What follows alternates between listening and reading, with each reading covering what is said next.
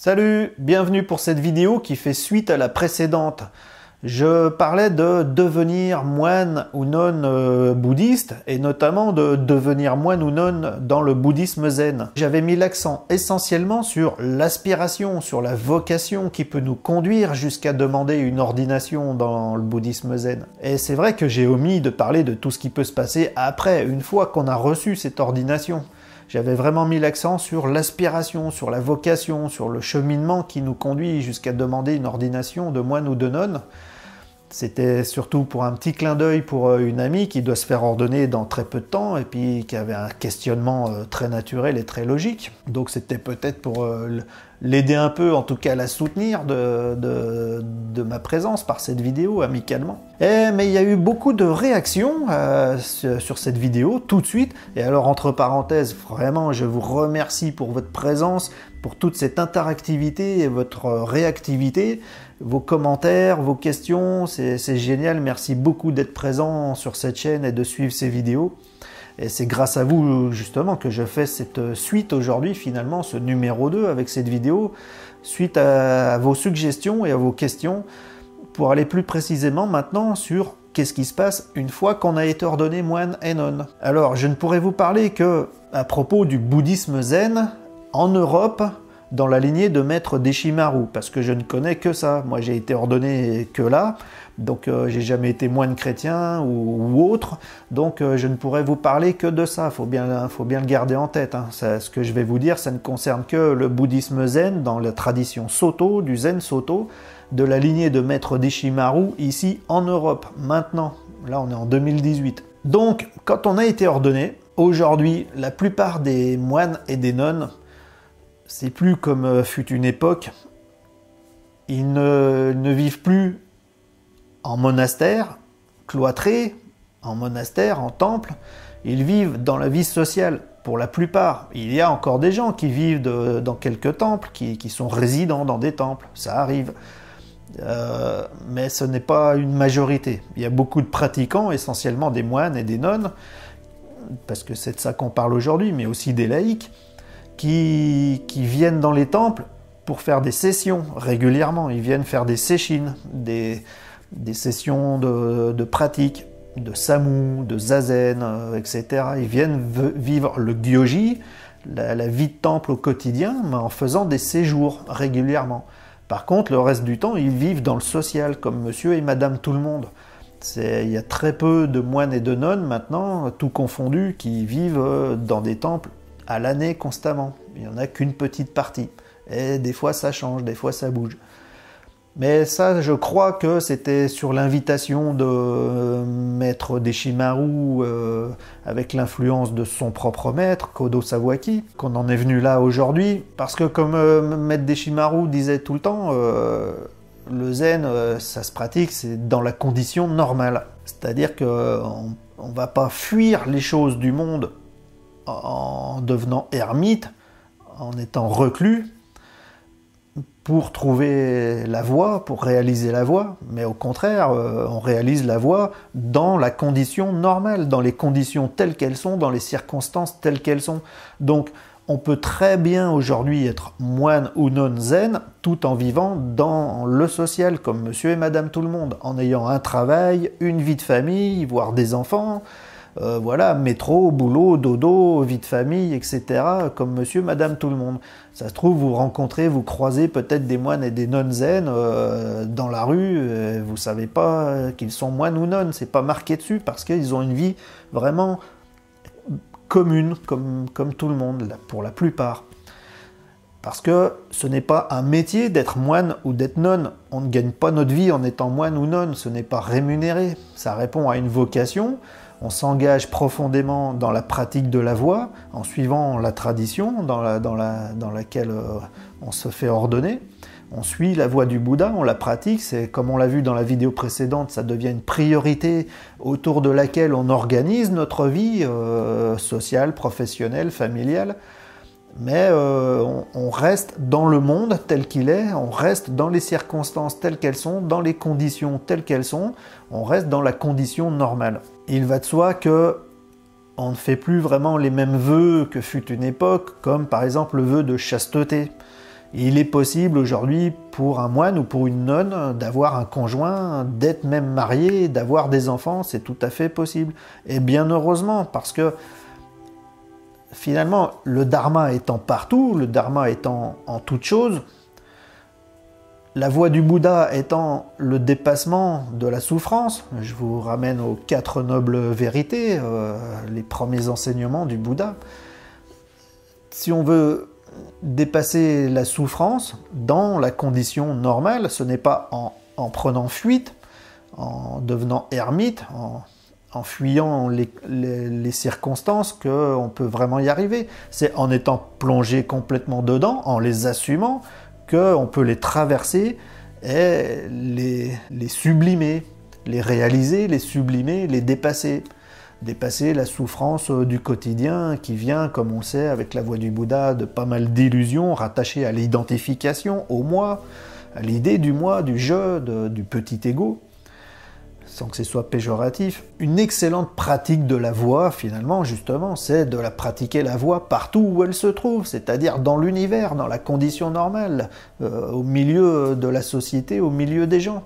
On peut avoir un travail, une vie de famille, tout en pratiquant pleinement la voie du Bouddha.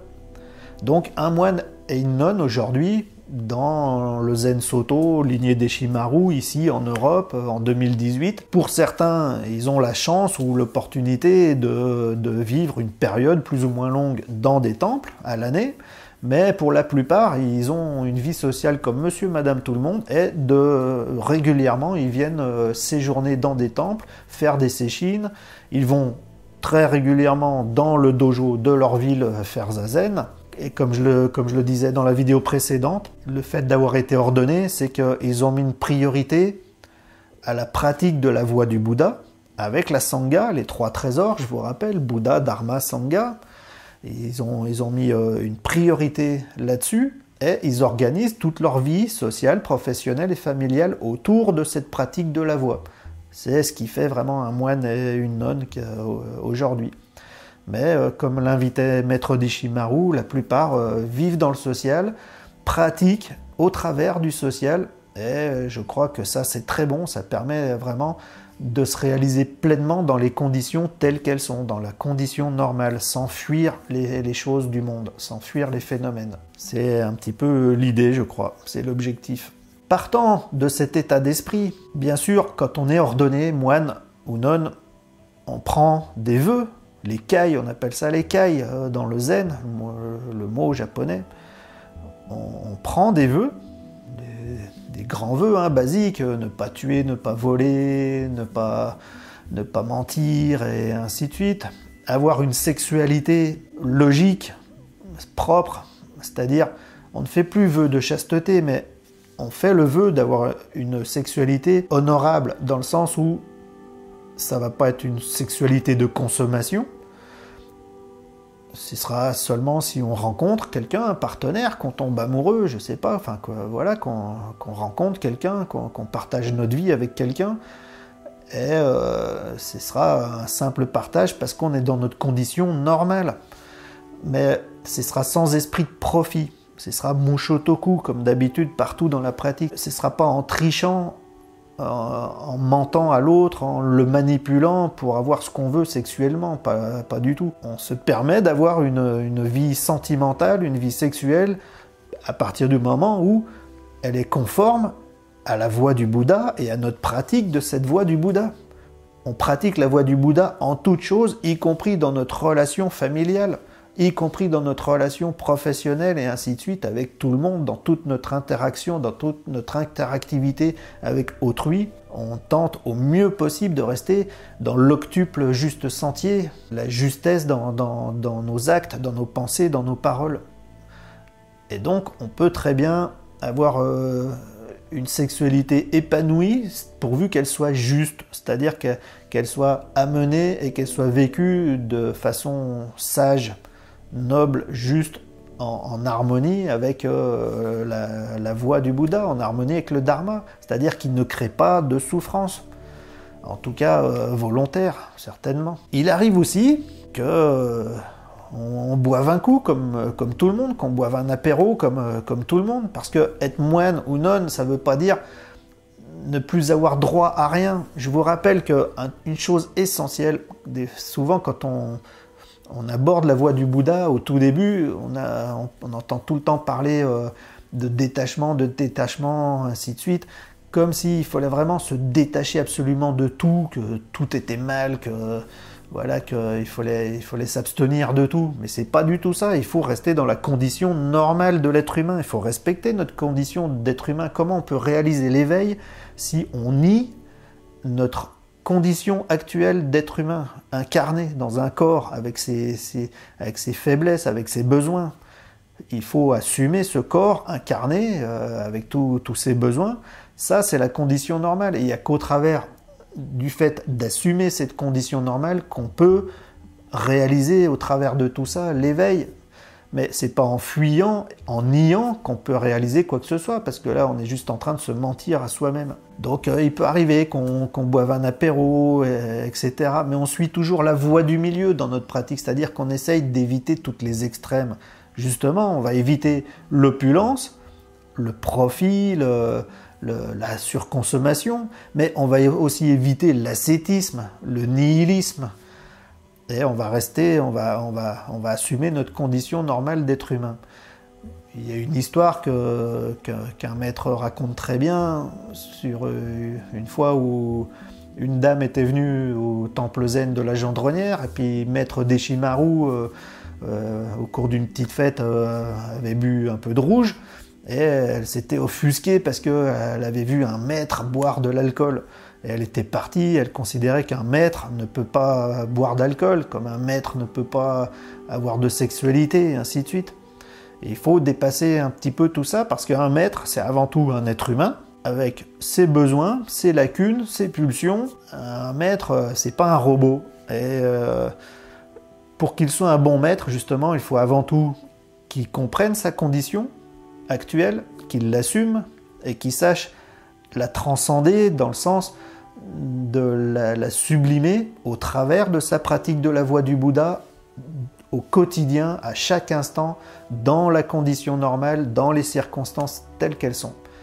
Voilà, je pense que là j'ai quand même bien expliqué un petit peu pourquoi aujourd'hui un moine ou une nonne dans le bouddhisme zen, lignée Deshimaru, ici en Europe, il vit plutôt dans le social, et puis qu'il l'assume très bien, et que surtout ça ne l'empêche pas de suivre une voie juste, pour autant qu'il se concentre sur une pratique juste et qu'il puisse s'éveiller pleinement. Voilà, parce que c'est pas en étant reclus, en refusant sa condition d'être humain, qu'en refusant les circonstances qui sont partout présentes autour de nous, qu'on va réaliser quoi que ce soit. Réaliser la voie, c'est réaliser l'univers tel qu'il est, dans sa vraie condition profonde, au-delà des illusions. Et les illusions, c'est le moi, c'est l'ego, et avec toutes les idées, tous les concepts qu'il se crée à lui-même, comme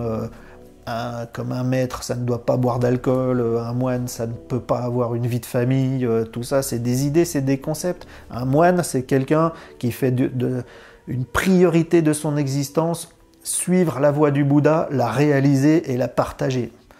C'est tout.